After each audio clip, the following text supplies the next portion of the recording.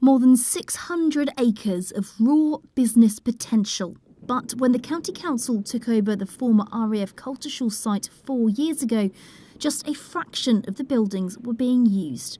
Since then, though, dozens of businesses have moved into Scottow Enterprise Park, including new startups. And the £4 million site is about to hit a big milestone, with 80% of it occupied. There are 284 people working on the site. We're going to be over 300 people in the next few months. It's good in terms of growing the local economy, particularly because we're bringing in businesses from the science, technology, engineering and manufacturing sectors. And that's good for creating a really balanced economy within North Norfolk. But with growing numbers comes growing confusion and concern from those living nearby. And today, a special consultation event was held to help bridge that gap. A new planning application's being submitted to consolidate all the individual ones that have been put in to try to make it simpler to understand and alleviate people's concerns about things like HGVs and noise pollution.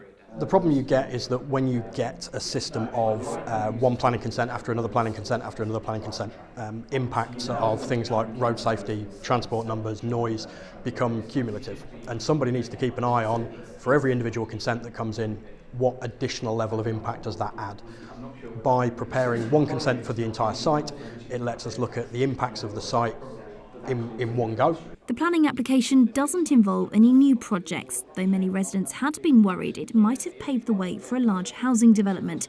But Coltishall Parish Councillor Bob Grindrod says it's that uncertainty which is causing concern. The thing seems to be a whole series of sudden splashes of 600 houses might be going here, or we might be doing this with the mess, or there's a running track, no there isn't.